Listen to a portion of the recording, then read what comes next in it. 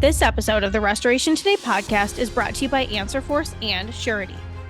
Don't let cash flow crunch and admin burden stop your team from doing what they do best, building. Surety accelerates the insurance claims proceeds process by taking care of tedious work with mortgage lenders, helping restoration contractors get paid in full and get back on track for success. Visit surety.com to find out more.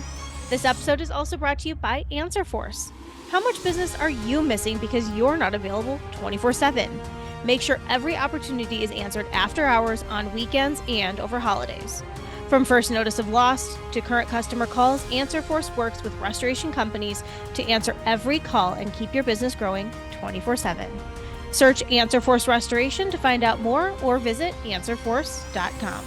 Hey there, thanks for checking out a fresh episode of the Restoration Today podcast. Today I am joined by a fellow Detroiter. He is very close to my area. I'm joined by Tim Fagan. He is the president of Blue Kangaroo Packoutz, 1-800-WATER DAMAGE, and 1-800-BOARD-UP. For those of you who are listening, those are all BELFOR brands. They are all their franchise opportunities that restoration companies or people outside restoration can get into. And BKP specifically is the newest, I think, restoration-related franchise within the BELFOR system. I know BELFOR is always growing and has new opportunities, but one of the newer franchise opportunities, if not the newest, but has also had explosive growth with 30 new locations over 3 months recently. And contents in and of itself is becoming a really popular space for more and more restoration companies to get into as ways to serve their customers and do the full service of the loss instead of maybe subbing out the contents work and all that. So anyway, Tim, thank you very much for joining me. I'm excited to have you here today. I'm going to toss it over to you to have you introduce yourself and share a bit of your background, because you haven't always been in restoration and now you're here running 3 brands. Well, thanks, Michelle. Thanks for having me on. So my background was grew up in Ann Arbor, and I happened to be high school, a pretty good wrestler and football player, but I chose wrestling for college, and University of Michigan recruited me. So went to University of Michigan, as a wrestler first, probably, and a student second. Didn't take me very long. I better get going on the student part if I want to ever graduate. So I did 4 years. On the wrestling team, I was captain, most valuable wrestler my senior year, and in all academic all Big Ten as well. So I got my grades together with a hope of becoming a teacher and a coach like my dad. And there were no jobs in the early 80s in Michigan in teaching, very few. And so I went to my second choice, which was law enforcement. The local sheriff here in Washtenaw County hired me to become a sheriff deputy. I went to police academy and became a sheriff deputy in Washtenaw County. Total between Washtenaw and Oakland County, I did 8 years as a sheriff deputy. 4 of those years were as a school police liaison officer in Lake Orion. And we talked about that off air a little bit earlier, but so I got to work with kids. I got to coach. I just wasn't a teacher until the principal came to me one day and said, "Hey, I'd like you to apply to be assistant principal." And I said, "Well, I am not a teacher." And he goes, "I'm aware of that, but you're fully qualified, and I'd like you to apply." And so I applied, and he hired me, and I became assistant principal and did that for 7 years. Met my wife, who was a biology teacher. Back then, I guess you're not supposed to, even then, I don't think you were supposed to marry a teacher, but I did, and full blessings of the administration. And so anyway, married Sue. And after 7 years, my dad had started a carpet cleaning business in Ann Arbor, Ipsy area. And he was 65, and he said, "I need a succession plan, and I really haven't planned ahead. And if you don't want it, I'm going to sell the business." And I was at the time of my career, my wife, we just had our 5th baby, and the good Lord knows, but we did have a 6th too, about 10 years later. So anyway, I said, I'm going to try business, and if it doesn't work, I can always go back into school administration. Yep. So I joined his business, which was a carpet cleaning business in the Ypsilanti area called Coach's Carpet Care.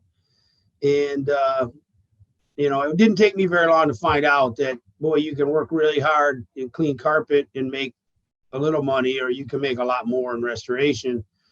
So I bought the company 2 years later from him and renamed it Coach's Catastrophe Cleaning and Restoration Services, and ultimately grew that business from about a sale of 700,000 and 17 employees to sales of 7 million and 70 employees, doing mitigation only. We didn't do any rebuild at all. Okay. Yep. And in 2010, we were approached by Rusty Amarante, who you know very well, and Doug Frazier, who I coached with at Lake Orion way back when. Doug's regional manager for BELFOR, and he said, they wanted to acquire us, and we went through that process. And by September, we were now a BELFOR company, and so I've been working with BELFOR from 2010 to 2018, mostly on their sales side on big national accounts. And then in late 18, Rusty Amarante asked me, hey, I'd like to bring you over to the franchise group and put you in charge of 1-800 water damage. And we'd like you to grow that much like you did coaches. So that's what I did in 18. In 20, I think it was that same conversation, that voluntold thing. Hey, I really like you too. Do I have a choice? No, not really. Okay. But to look at the Packoutz business and Blue Kangaroo Packoutz. And so I jumped in there, and then last year BELFOR acquired 1-800 Board Up, and so because it's insurance restoration related, I was given the charge for that one as well. So those are the 3 brands that I have currently and run, and that's a little bit about my background. Personally, go ahead. Personally, a wife, that biology teacher, somehow she kept me around, and we have 6 kids, 3 boys, 3 girls, 3 grandbabies, and 1 on the way in June. That is so fun. So fun. I love that. And I guess I had forgotten about the Board Up acquisition. So yes, so I was incorrect when I was making my intro about BKB being the newest, because Board Up is then newer than that. But I think everybody's heard of Board Up for sure, and probably the other brands as well. But okay, so I want to talk specifically in this more so about BKP, Blue Kangaroo Packoutz. So share a little bit about like the history, the background of Blue Kangaroo Packoutz, and kind of the services that are offered within that franchise opportunity. Is it just hard contents? Is it soft contents? Is there electronics? What does that look like? So in the Blue Kangaroo Packoutz, initially we train on soft contents, but not textiles. Okay. We do not, but soft being the upholstery, certainly we train on that. Certainly the hard contents as well. Electronics, we don't train on either. That's a kind of a specialty area, and we'd rather they hire people that specialize in that. Yep. So what do you think is the reason for Blue Kangaroo having such explosive growth? I mean, the brand itself is only a few years old, and you've grown quite a bit. How many franchises do you have today? Do you know, or approximately? And what do you attribute that growth to? Yeah, right now we have 27 owners out there. In our territories are about 1 million people, so 51 territories. Yep. And but signed and waiting to go to training. And our next training is the end of April. We got an April, May, and a June. We have signed another 17 that have been signed and paid, and that represents another 28 territories. So by the end of the second quarter this year, we'll have 44 franchisees, businesses out there, representing about 79 territories. So we have reason to believe that by the end of this year, we're going to probably be at 100 territories. That's what we're guessing. What do you think is making BKP so popular as a franchise option? Oh, I think it's a lot of things. I think one, it's the economy and uncertainty in the economy, and wanting to get into something that is more resistant to recession and that kind of stuff. I ask them when they come in for a meet the team day, to do a search of your heart, because our very best franchisees have at their core a helping heart. Yes. And, they want to help people, and they want to help them in their worst days. But if this is a business you want to get into so you can sit around the kitchen table and count your money every day, this is probably not the business to be in. I mean, you have to lead with that helping heart, because there's going to be times where people are going to be short insurance. There's times where they're going to have no insurance. There's going to be times when people need that extra hand in the middle of the night, or they need something back immediately, and it's inconvenient to empty a crate to get them that thing back for their kid or their baby or whatever. So you really have to look at your helping heart. And I just think there's a lot of people, particularly post-COVID, that kind of looked at their priorities and said, hey, how do I want to make a difference? And what kind of legacy do I want to leave? And what kind of business do I want to do where I can make a decent living and help people? And that's I think what I attribute it to. But I do challenge them, and I know our people in franchise development as well. Say, look at your heart, because these are inconvenient. It's cold. It's rainy. I mean, it isn't like scheduling a regular mover. These catastrophes happen at all times. Yep. And they're never ideal, and there's always capacity constraints, be it personnel or trucks, or boxes or whatever it is that's holding you back, and you have to think through that. And how do we solve the problem and make the customer happy? Yes. So who do you find are the most interested, or who have been the type of people to buy a BKP franchise so far? Is it existing restoration contractors and they're buying it as a bolt-on? Is it people that are starting a whole new business? What does that look like? Yes. All of the above. Okay. We have a number of our best 1-800 water damage franchisees that have bought into Blue Kangaroo Packoutz, and sure, are growing their kind of dual businesses that way. They found that helps to level that capacity constraint, particularly on the labor side, because while the water damage is the tip of the spear, you got to get up and go, and it doesn't matter when it is, you got to go take care of that water damage. Yep. A pack out you can schedule a day in advance or 2 days in advance. It's not quite the tip of the spear.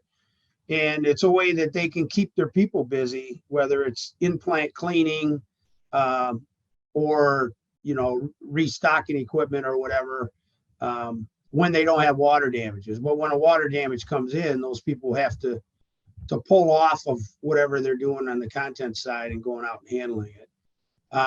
The other piece, the people that are completely changing, I don't know. I mean,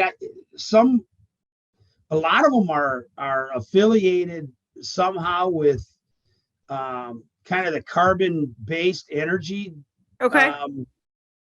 area, of the economy. They kind of say, hey, I'm seeing this coming, and I made a healthy living and I socked away some money, and I just don't see that the way that the country's going currently, that's going to provide a plausible living for my family. I've always thought about doing something on my own, and this is a way I can fulfill that need to help people in their worst day. And but they come from all different industries. I mean, if you named an industry, I would probably say talk to so and so, because they lots of different industries. I had a guy, he's now a franchisee of ours, but he ran an oil drilling rig out in the Gulf, and we think those things are, I thought they were secured to the bottom, but apparently they GPS coordinates kind of where they're at, and you have an operator that has to keep it,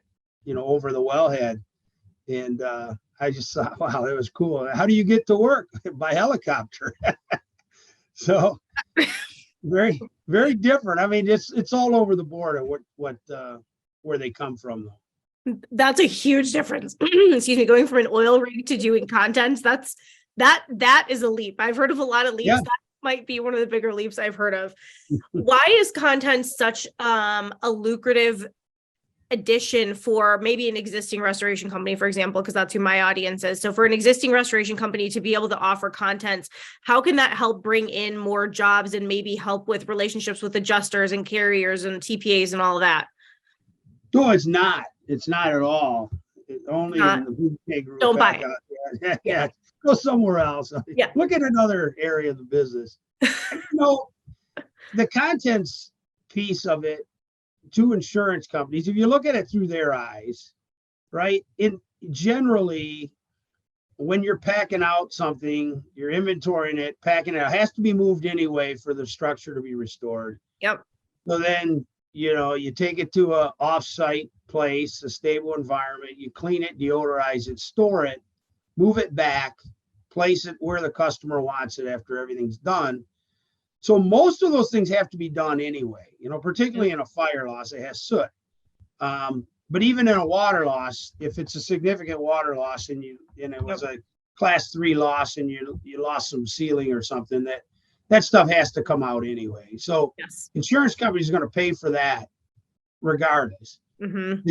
The gist of it is that let's just take the couch, and the couch is $1,000 just for math's sake. Yep. Right. Generally, to inventory it, pack it out, clean it, deodorize it, store it, move it back, it's going to cost about 35 cents on the dollar to do that. So if you're an insurance company and you're saying, do I want to spend $350, for all those services for that couch, or do I want to spend $1,000 to replace that couch plus the cost of disposing of that couch, getting that out of the building and disposing it? From an insurance perspective, that makes sense. And they're saying this. So, I don't care who's doing the pack out. I guess the fruit of the that I'm talking about, the fruit is in that you're going to save 65 cents on the dollar. If you do it the right way with a qualified company, and that in some cases it may be 40 cents, in some cases it may be 30, but generally the cost savings, for an insurance company is about 65%, for that, and not replacing everything. And then you're in a situation where you still have to inventory everything, because what do you just write them a check and say, well, you told me you had 4 couches and 10 love seats and 6 china cabinets filled with proprietary china and etc. No, you have to inventory it anyway. So I think that's why I don't think that demand's going to go away, no matter who's doing it. I think that demand will stay there because it makes economic sense for the insurance company. For the homeowner, it's a little different because they're not as concerned with the dollars and cents, at least initially. They might be on a large loss where now they're looking at insurance caps. But if, Michelle, you're married, you got 2 kids, and you imagine yourself in a situation where you had a significant loss, let's say a fire. Everyone got out safe, pets are good and everything, but you know what? What's important to you? What really is important? And really, when you sit down and think about that, you think about, hey, I got mom and dad's wedding picture on the top of the stairwell. I have, pictures of my kids that were oil painted by, somebody at an art fair in the summer. I have that rocking chair that was donated to mom, from mom to me, but it's been in the family for 3 generations. I don't know what it's worth, but to me, it has great sentimental value. And I intend to pass that on to my daughter or daughter-in-laws in the next generation, for their babies, etc.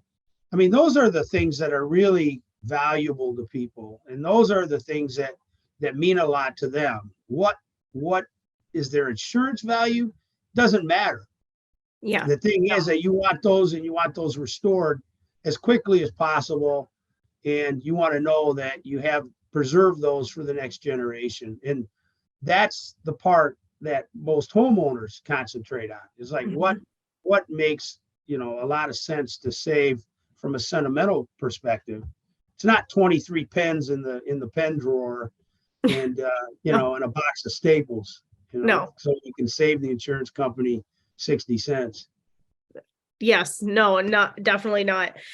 When it comes to, so the franchise space in restoration is a bit saturated. It seems like there's new franchise opportunities honestly popping up all the time, but they're all a lot different and have different value drivers and different reasons to join, all of that. So what do you tell people that you meet who are interested in BELFOR franchises that they should be evaluating or really considering when they're looking at franchise opportunities in the restoration and cleaning space? Like, what's a differentiator? Is that what you? Or I mean, like, yes, different. Yes, that is what I mean. Like when you're going through, maybe here's some red flags to look for, or make sure that you're checking on the integrity of the brand. Maybe you're talking to other owners. Like take these things into consideration as you're choosing which franchise is best for you. People that come through any one of the three brands that we have, that I'm in charge of. Mm-hmm. 13, by the way. So there've been a couple since even 800 board up, but I tell them to pay attention to the culture, because in essence, we as a franchisor are going into business with you as a franchisee, and we're business partners. So, pay attention. Do you think these people that are doing presentations for you, and we encourage them to come here, spend time with our people, not only validate for people that are out in the field, but get an idea. It's great if they bring their spouse. The women typically have a better sixth sense than us guys do. We're driven, focused, we know exactly what we need to do. And the women have a tendency to have a better view of 360 and, what's your gut feeling, because that's the thing. You want to make sure that, you're getting into some, with a company that shares similar values as you. That's the first thing. Then you look at the differentiators, in the brands. That's what, it doesn't matter what brand I was looking at. And if I was going into a business venture with my wife, I'd tell the same thing. You pay attention to the culture. I'll look at the nuts and bolts, and then we're going to talk about it to see what, what's the better fit for us. Mm-hmm. But obviously the differentiator in BKP and 800 water and board up is BELFOR. I mean, they're the monster, and we work for an operating entity, and the fact is that they're well financed, they're well organized, and they understand the insurance restoration space. So I don't have to get on the phone with my boss, Rusty Amirani, and explain, why the sales cycle takes so long on a contents pack out. Rusty had contents, they still does, out of the Exton office from his former company, just like I did with coaches. I had a content division as well. And so that makes for quick conversation about, things that we need to help our franchisees. And that's really the differentiator, in my opinion. A box is a box and a truck is a truck. But to have that kind of back office support in an industry that is kind of a niche industry, that's really the differentiator. Yes. Perfect. Okay. Anything else that you want to add that we haven't talked about? It could be about another brand. It could be about BKP, BELFOR in general, restoration in general. I don't know. Anything. I don't have anything else. I came on here to answer questions, but I mean, it's been a nice ride. It's always interesting because I tell people that, hey, in 2010, I didn't know what it was going to be like either. Yeah. And the difference was they put money in front of my face and 6 kids facing college expenses. I went, yeah, that looks good. Yeah.